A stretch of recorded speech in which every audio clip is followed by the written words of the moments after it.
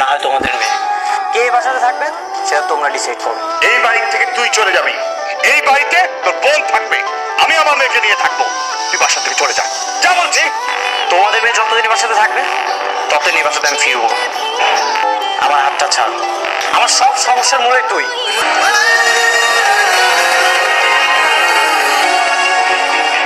মা, আমি একটা সিদ্ধান্ত নিয়েছি। কিসের সিদ্ধান্ত? কিছুদিন আগে তোমরা একটা ছেলের কথা বলছিলে না আমার বিয়ে দেওয়ার ব্যাপারে। হ্যাঁ, কিন্তু তুই তো না করে দিলি।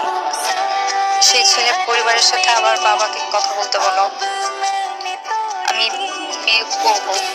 সত্যি বলছিস তো? সবকিছু ঠিকঠাক করলে আবার অমত করবি না তো?